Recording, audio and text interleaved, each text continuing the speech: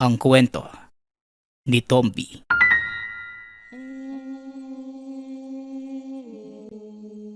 Ang kwentong ito ay hango sa totoong buhay. Mula ito sa isa nating tagapakinig. Karanasan ito ni Damian. Walang eksaktong taon. Probinsya ng Davao. Batang laki sa Maynila. Marangya ang pamumuhay na halos wala nang maihiling pa. Simula pagkabata, iniidolo na niya ang ama na isang sundalo. Tatay, paglaki ko, gusto kong maging isang sundalo kagaya mo. Talaga ba? Aba, dapat ngayon pa lang sanayin na kita. Sige po tay, gusto ko po yan. Aba, ano yung pinag-uusapan nyo? Mukhang seryoso kayo ah. Wala po nay, sinabi ko lang kay tatay na paglaki ko, gusto ko ding maging sundalo. Pag-uusap ng pamilya. Lumipas sa mga taon. Lumaki si Damian sa isang masayang tahanan.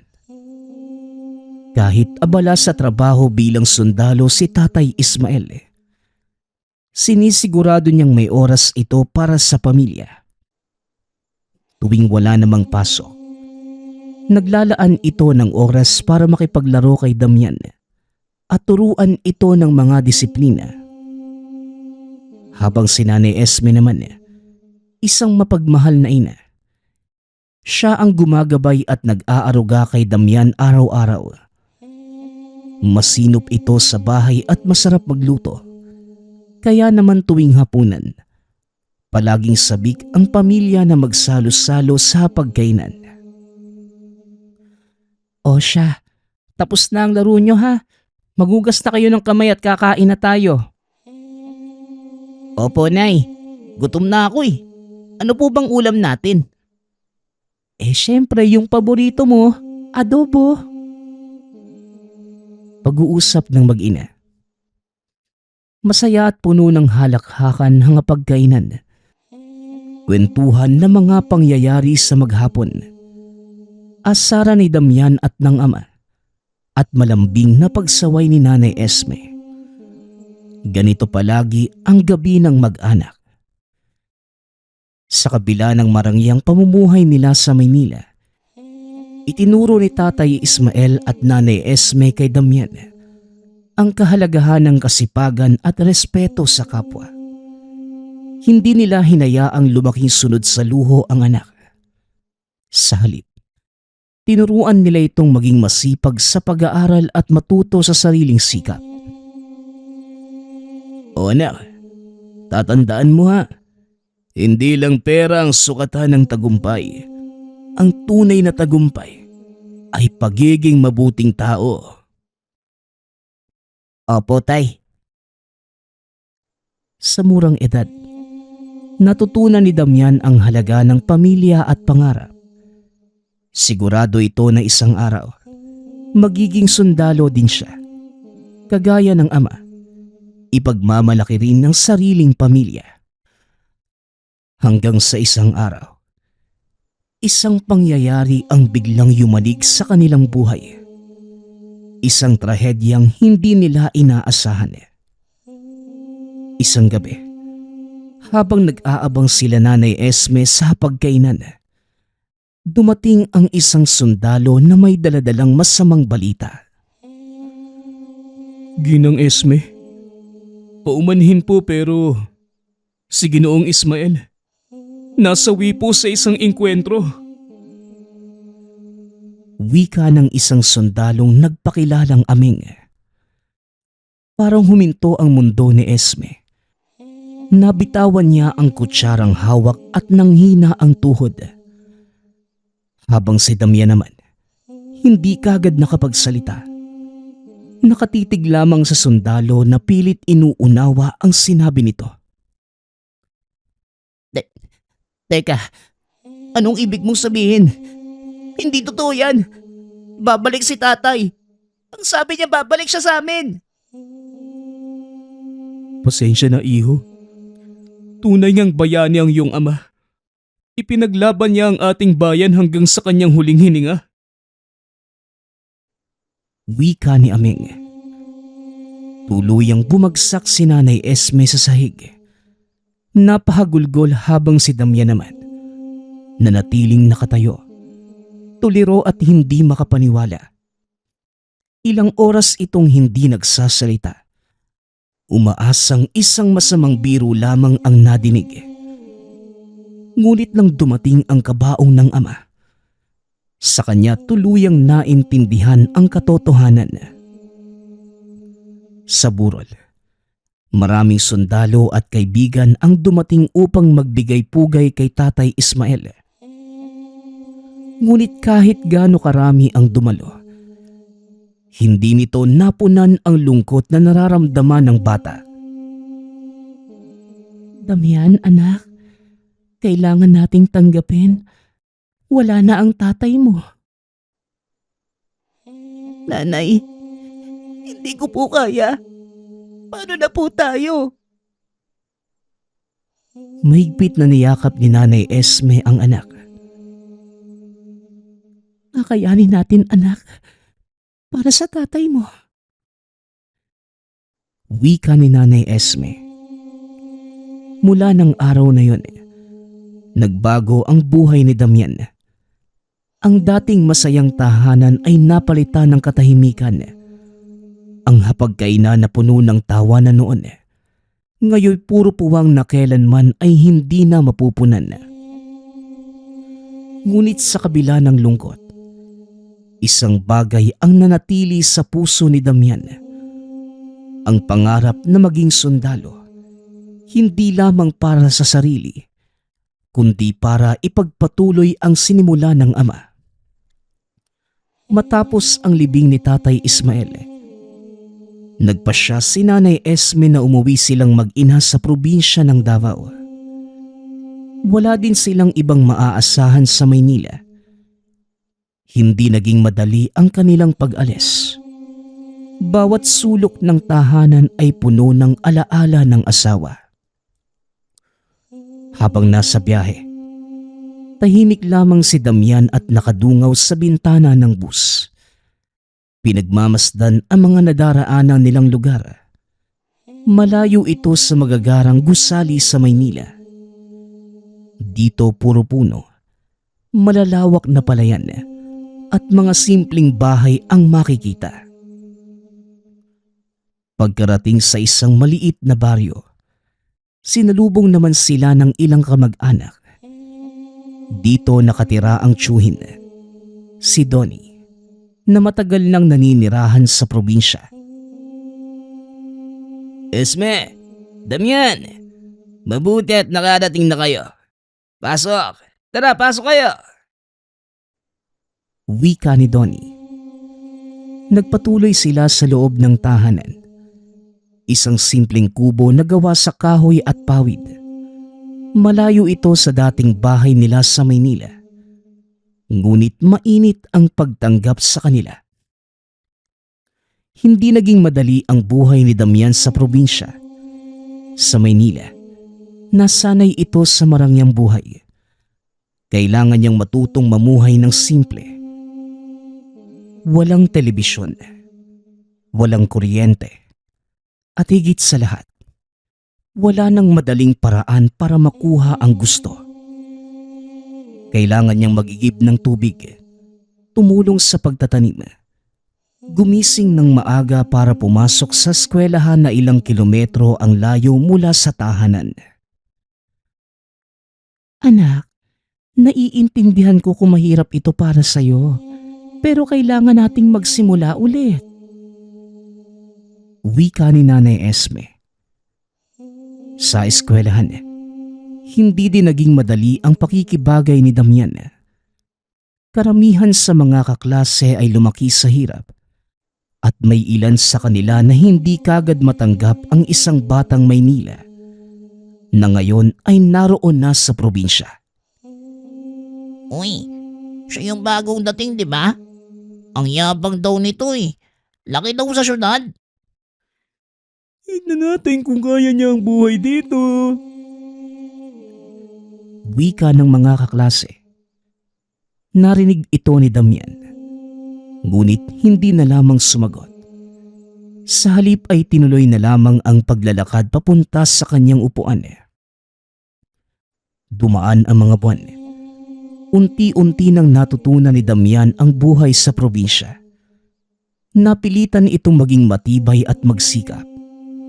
Kung noon, sanay itong may nag-aasikaso sa kanya. Ngunit ngayon natutunan niyang magbanat ng sariling buto. Sa ilalim na matinding sikat ng araw, natutunan niyang mag-araro kasama ang tiyuhin. Natutunan niyang mag-igib ng tubig sa poso at mag-ani ng gulay kasama ang ina. Isang araw, habang nagpapahinga, natanong siya ni Tio Donnie. Ano Damian? Mahirap ba rito sa probinsya? Opo, Tio. Pero natutunan ko na ring mahalin yung buhay dito. Tugon ni Damian. Alam mo, minsan ang hirap ay hindi parusa, kundi pagsubok lamang para mas tumibay tayo. Muling wika ng tiyuhin. Sa puntong yun, unti-unting nagbago ang pananaw ni Damian. Hindi na ito ang dating batang nasanay sa marangyang buhay. Ngayon ay isa na itong matibay at masipag na bata. Ngunit sa kabila ng lahat ng pagbabagong ito, hindi pa rin niya nakalimutan ang isang bagay. Ang pangarap na maging sundalo katulad ng ama. Isang hapon, habang pauwi si Damian mula sa eskwelahan, nadaanan niya ang isang bakanting lote kung saan may isang batang lalaki na abala sa pagsisibak ng kahoy. Mukhang kasing edad lamang niya ito at halatang sanay sa mabigat na gawain. Dahil gusto niyang makihalubilo sa mga taga roon, lumapit ito at nakipag-usap. Magandang araw. Kumusta? Tanong ni Damian. Tumigil ang batang lalaki sa ginagawa. Umarap ito sa kanya. Bago ka lang dito, no? Ako nga pala si Jeff. Oo, kakalipat lang namin ng nanay ko galing Maynila.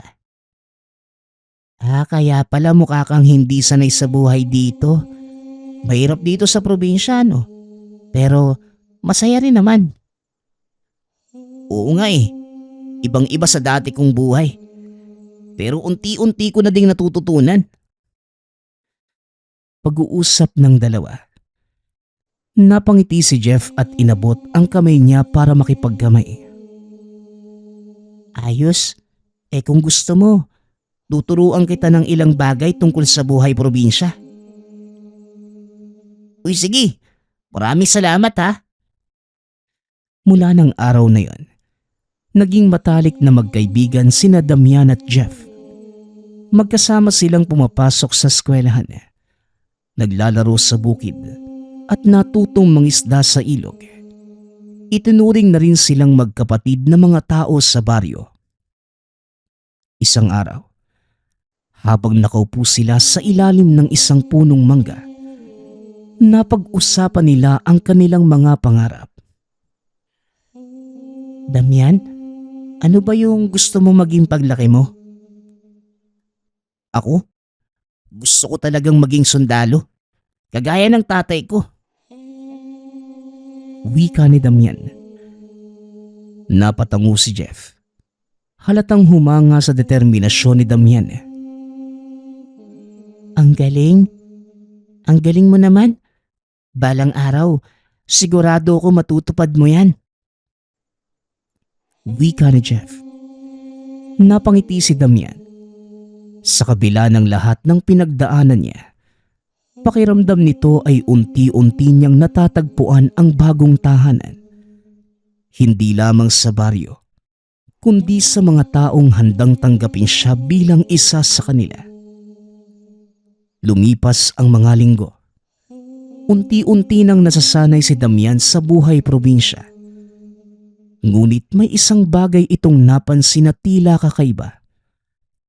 Ang mga hayop sa paligid ay parang masyadong malapit sa kanya. Madalas niyang mahuli ang mga baka at kalabaw na nakatingin sa kanya ng matagal. Kapag dumaraan ito sa bakuran ng kapitbahay, ang mga manok ay lumalapit sa kanya na parang gustong makipaglaro. Minsan pa nga, isang kalabaw ang hindi umalis sa harapan ng tahanan hanggang sa siya na mismo ang lumapit at hinaplos ito. Isang araw, habang nag-iigib siya sa poso, lumapit si Jeff at napansin ang kakaibang nangyayari. Damian, napansin mo ba yon? Parang ang lapit sa'yo ng kalabaw na yun ah. Oo nga eh. Parang gusto niya akong sundan kahit saan ako magpunta. Alam mo, bihira lang mangyari yan. Dito sa baryo may mga matatandang nagsasabi na kapag ang mga hayop ay lapit ng lapit sa isang tao, baka may kakaiba itong kakayahan. Wika ni Jeff. Napakunot ang noo ni Damian. Hindi niya alam kung anong ibig sabihin ng kaibigan. Ngunit may isang bagay siyang sigurado. Pakiramdam niya. Naiintindihan niya ang mga hayop sa paligid. Hindi man nagsasalita. Ngunit parang may koneksyon siya sa kanila. Nang gabing yun, habang nakahiga na sa papag at nakatingin sa kisame, bigla niyang naalala ang ama. Tatay, ano po kaya ang ibig sabihin nito? Kinabukasan, habang naglalakad sa palayan, lumapit sa kanya ang isang matandang lalaki. Si Mang Lorenzo, isang albularyo sa kanilang baryo. Damian, bata, napapansin kong kakaiba ka. Alam mo ba ang ibig sabihin niya? Tanong na matanda. Nagkatinginan sina Damian at Jeff. Hindi pa man alam ni Damian ang kasagutan. Ngunit ramdam niya na may malalim na kahulugan ang nangyayari sa kanya. Ano po bang ibig niyong sabihin, Mang Lorenzo? Bata, hindi lahat ng tao ay may ganyang koneksyon sa mga hayop. Ikaw ay naiiba. Ibig niyo pong sabihin, may kakaibang kakayahan si Damian? Tanong ni Jeff. Napangiti ang matanda at dahan-dahang tumango. Noong pa man, may ilang tao nang ipinanganak na may kakayahang makaramdam at makaunawa sa nilalang ng kalikasan. Mga hayop, halaman, at maging ang hindi natin nakikita. Tinatawag silang pinagpala. Pagpapaliwanag ni Mang Lorenzo. Nagulat si Damian sa narinig. Pero, paano po nangyari yun? Wala naman akong ginagawa eh. Pero kusa po silang lumalapit sa akin. Dahil likas yan sa'yo, bata. Ang iyong dugo, ang iyong diwa, may kapangyarihan kang hindi pa lubusang nauunawaan. Hindi makapagsalita si Damian. Hindi niya kailanman inisip na may ganitong bagay na mangyayari sa kanya. Di ang ibig sabihin, si Damian ay parang isang manggagamot? Tanong ni Jeff. Hindi lang basta manggagamot. Ang isang tunay na pinagpala ay tagapagbalanse ng enerhiya sa paligid, tagapagligtas ng may sakit, tagapamagitan sa pagitan ng mga tao at ng kalikasan. Tugon ni Mang Lorenzo. Napaisip si Damian. Hindi niya alam kung matutuwa ba ito o matatakot sa bagong natuklasan tungkol sa sarili. Ngunit isang bagay lamang ang sigurado. Mula nang dumating siya sa baryo, may kung anong pwersang nagtutulak sa kanya upang matuklasan ang tunay niyang pagkatao. Pero paano ko naman po malalaman kung totoo nga ito? Tanong ni Damian. Ngumiti lamang si Mang Lorenzo. Tumingin sa kanya ng matalim. Darating ang tamang panahon, Damian. At kapag dumating na ang pagsubok, ikaw mismo ang makakaalam ng sagot. Tugon ni Mang Lorenzo. Mula ng araw na yon, hindi na maalis sa isipan ni Damian ang sinabi ng matanda. Isang hapon, habang naglalakad si Damian sa likod ng tahanan, napansin niya ang isang puno ng mangga na hitik sa bunga. Naengganyo itong umakyat upang kumuha ng ilang hinog na mangga. Sanay na ito sa ganitong gawain. Kaya mabilis nitong narating ang isang malaking sanga. Habang abala sa pagpitas ng mangga, bigla itong may nadinig na kakaibang tunog. Isang tunog na parang isang ahas. Nang lumingon siya, nanlaki ang mga mata. Sa hindi kalayuan, may isang makamandag na ahas na kulay itim na nakapulupot sa isang sanga. Isang kobra. Ang mga mata nito ay tila may kakaibang liwanag at ang katawan nito ay kumikislap sa ilalim ng sikat ng araw. Ngunit sa halip na matakot, hindi gumalaw si Damian. Parang may nagsasabi sa kanya na huwag matakot at huwag tumakbo. Doon, laking gulat niya nang biglang nagsalita ang kobra.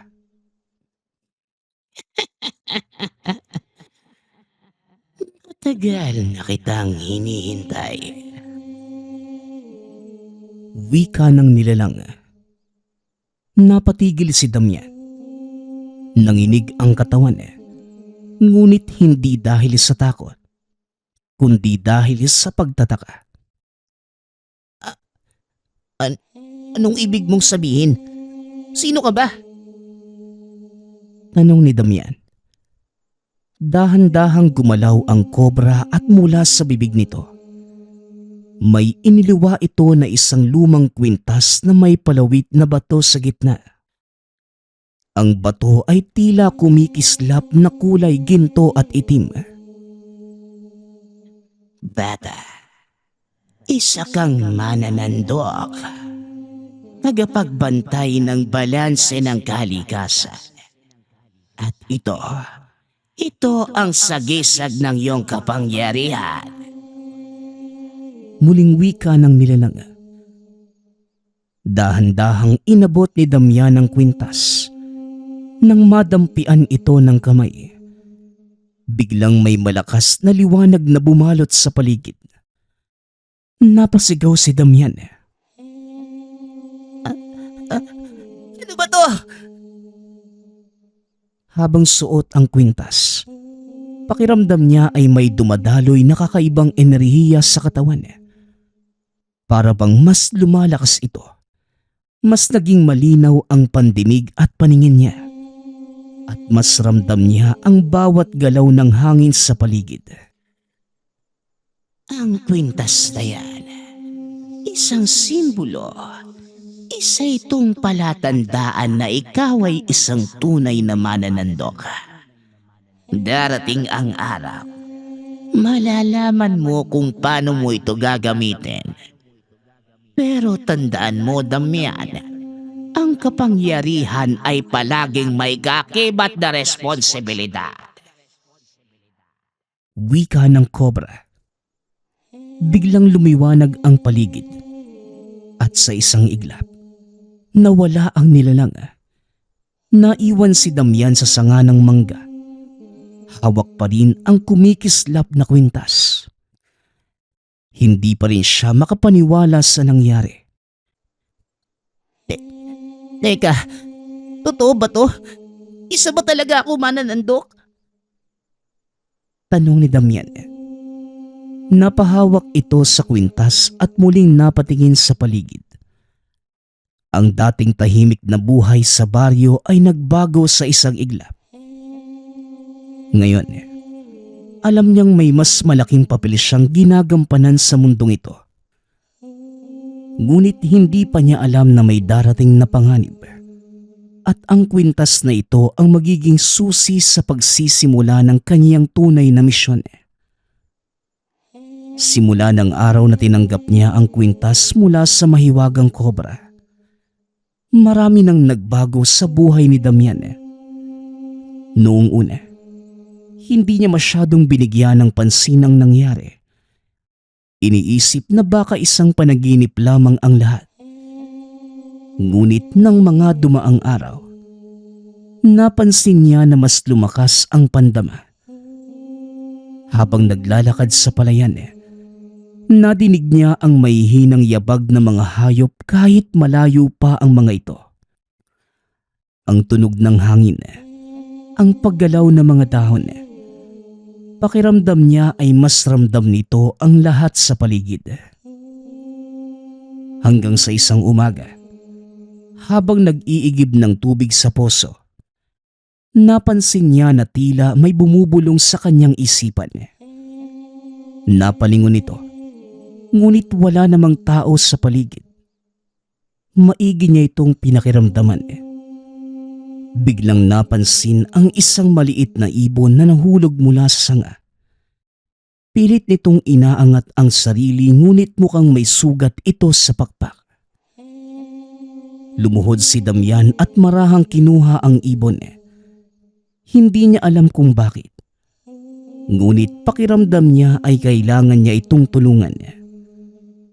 Sa hindi may paliwanag na dahilan, kusang gumalaw ang katawan. Hinawakan niya ang sugatang bahagi ng ibon at biglang uminit ang kwintas na suot. Ilang segundo lang, napansin niya na unti-unting gumaling ang sugat ng ibon. Nagulat ang bata. Napatingin ito sa mga kamay at kwintas na kumikislap ng bahagya. Ilang saglit pa, lumipad na ang ibon na para bang wala itong naging sugat. Teka, ano bang nangyayari sa akin? Wika ni Damian sa isipan. Dahil sa mga kakaibang pangyayaring ito, hindi mapakali si Damian. Hindi niya alam kung sino ang dapat niyang lapitan para ipaliwanag ang nangyayari sa kanya.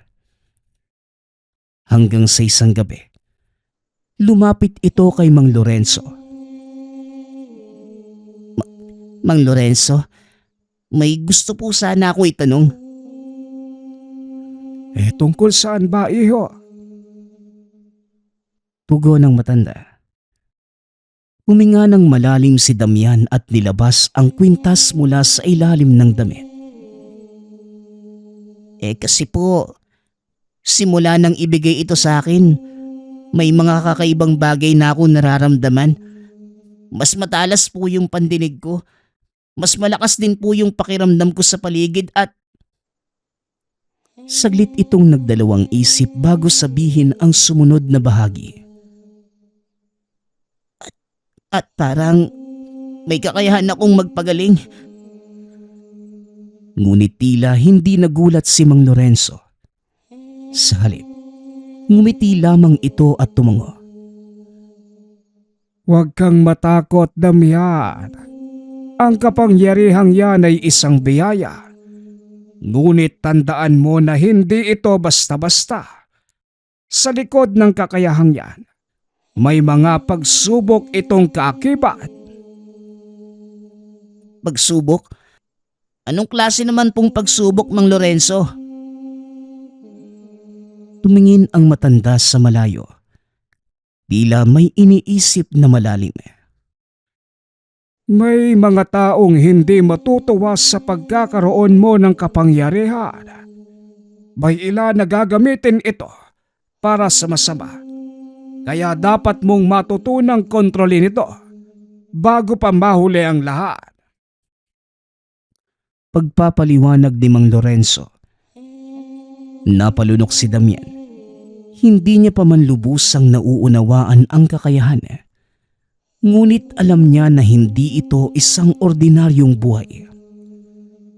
At sa hindi inaasahang pagkakataon, isang gabi, may pangyayaring nagpatunay na hindi talaga magiging normal ang kanyang buhay.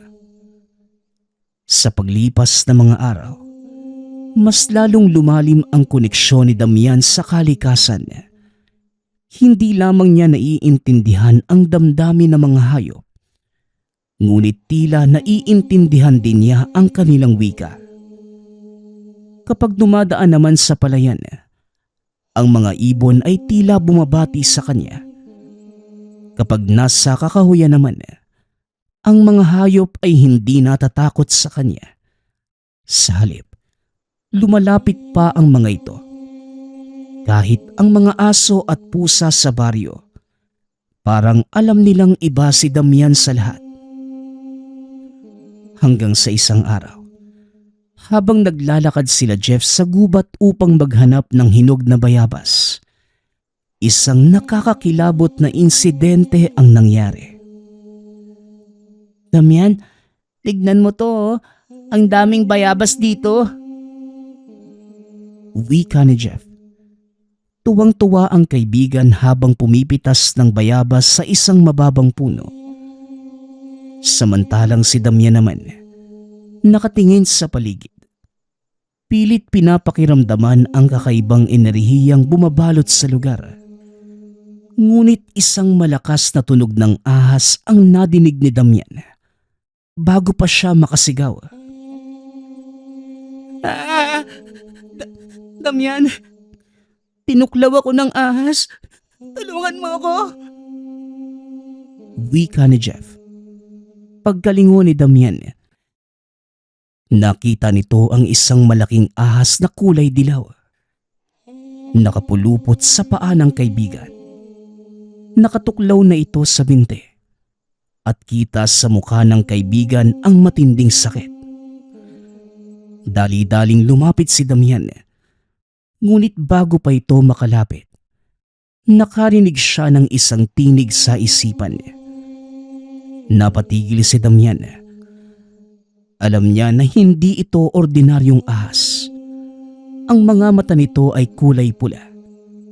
At ang balat nito ay tila may kakaibang ningning. Ngunit hindi siya papayag na mawala ang kaibigan. Umalis ka sa kanya. Dahil sa galit, napansin nitong biglang nagliwanag ang kwintas na suot. Sa isang iglap lang, biglang kumalas ang ahas sa binti ni Jeff. Gumapang ito palayo. Nawala sa mga damo at sa isang iglap lang, parang hindi na ito kailanman naroon. Habang si Jeff naman, nanginginig ito at bumubula na ang bibig. Jeff, anong gagawin ko? Hindi alam ni Damian ang gagawin. Walang ibang tao sa paligid. At kung tatakbo pa ito pabalik sa baryo para humingi ng tulong, baka wala ng buhay si Jeff pagkabalik niya. Kaya pinakiramdaman niya ang sarili. Maya-maya pa, tila may bumulong sa kanyang tenga. Napalunok si Damian. Hindi niya alam kung paano, ngunit inilagay niya ang mga kamay sa sugat ni Jeff. Nang sandaling yun, muli na namang lumiwanag ang kwintas na parang may dumaloy na mainit na enerhiya mula sa kamay papunta kay Jeff. Unti-unting bumagal ang paghinga at ang nanginginig niyang katawan ay kumalma. Ilang saglit pa bumukas ang mga mata ng kaibigan. Damian, anong nangyari? Napabuntong hininga si Damian. Hindi makapaniwala sa nagawa niya. Natulungan kita, Jeff. Natulungan kita. Nagkatinginan silang dalawa. Parehong hindi makapaniwala. Ngayoy alam na ni Damian na hindi niya matatakasan ang kapalaran. Naging isa nga itong mananandok, isang albularyo. At ngayong natuklasan niya na kaya niyang gumawa ng himala mula nang mailigtas ang kaibigan sa makamandag na ahas. Kumalat sa buong baryo ang tungkol kay Damian. Maraming nakakita kung paano niya ginamit ang kanyang mga kamay upang mapagaling ang sugat ng kaibigan. Sa simula, maraming hindi makapaniwala. May ilan pang natakot. Iniisip na baka may itim na kapangyarihan si Damian. Ngunit habang dumaraan ang mga araw, maraming lumalapit sa kanya upang humingi ng tulong. Mga may sakit, sugatan, nangihina, at yung iba naman ay nakagat ng makamandag na hayop. Dahan-dahan, tinanggap ng baryo ang katotohanan. Si Damian ay hindi isang ordinaryong bata. Isa itong mananandok, isang albularyo na may kakayahang magpagaling. Ngunit ang kapangyarihan ay may kaakibat na responsibilidad. Isang gabi, habang nagpapahinga si Damian sa kanilang kubo, isang mag-anak ang dumating. Halatang balisa at takot na takot. Damian, tulungan mo kami. Ang anak ko, natuklaw ng kobra. Daladala ng mag-asawa ang anak. Isang batang lalaki na nasa 10 taong gulang. Nangingitim na ang balat, malamig na ang katawan, at namimilipit sa sobrang sakit. Kagad namang lumapit si Damian upang tignan ng bata. Ngunit nang idampi niya ang kamay sa noo nito, kagad siyang nagdadalawang isip. May kakaibang enerhiya siyang naramdaman. Mas malamig kesa normal at mas mabigat. At nang imulat niya ang mga mata, nakita niya ang isang aninong bumabalot sa bata. Isang itim na usok na unti-unting lumalabas mula sa katawan nito. Napaatras naman si Damian. Hindi po ito isang ordinaryong sakit. Sigurado po ako na merong nangyanggaw sa kanya. Pasensya na ho, pero hindi ko po siya maaaring gamutin. Wika ni Damian.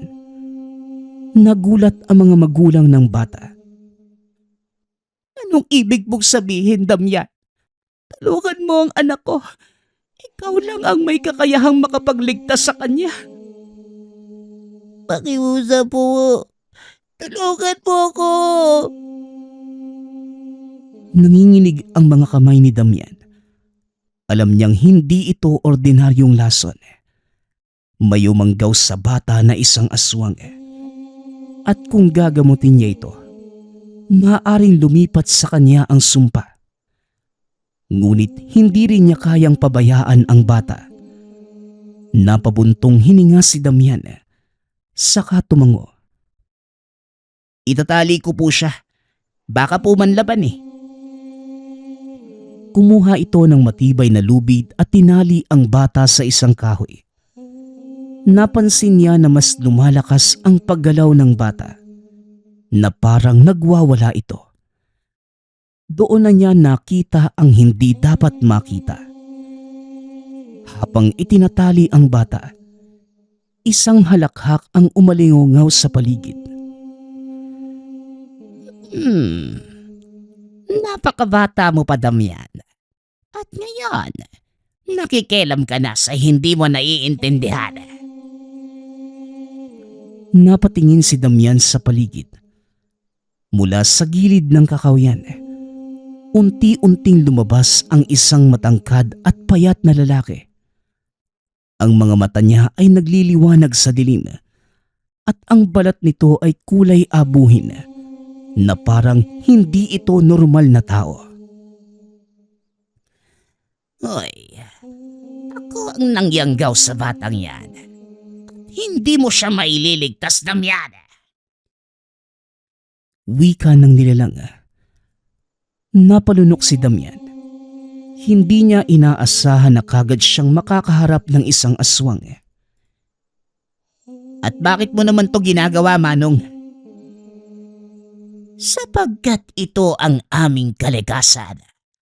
Ang aming gutom ay hindi mo maiintindihan. Hindi po kita hayaang makuha yung bata. At paano mo ko pipigilan, batang albularyo? Biglang sumugod ang nilalang. Mabilis ito. Halos hindi makita ang galaw. Ngunit bago pa man makalapit, biglang nagliwanag ang kwintas ni Damian. Hindi kita hahayaang makapanakit ng iba. Wika ni Damian. Mula sa kamay, isang bughaw na liwanag ang lumabas at bumalot sa katawan ng nilalang. Itinapon ito palayo. Napahiyaw ang nilalang dahil sa sakit. Hindi! Nagpupumiglas ito. Ngunit hindi niya matanggal ang liwanag na bumabalot sa kanya. Unti-unti ang katawan ay nagsisimulang matupok. Hindi pa tayo tapos. Magbabalik ako. Ngunit sa isang iglap, naglaho ang nilalang mula sa kadiliman. Matapos ang labanan, unti-unting bumalik ang normal na kulay ng bata. Hindi na ito nanginginig. Humihinga na rin ito ng maayos. Maraming salamat. Maraming salamat, Damian. Wika ni Aling Shoni. Matapos ang laban sa nilalang, hindi na nag-alinlangan ang mga taga-baryo. Si Damian ay isang tunay na mananando. Mula noon, mas marami pang lumalapit sa kanya upang humingi ng tulong. Mga may sakit, may sugat at kagat, maging ang mga nakakaranas ng hindi maipaliwanag na pangyayari sa buhay.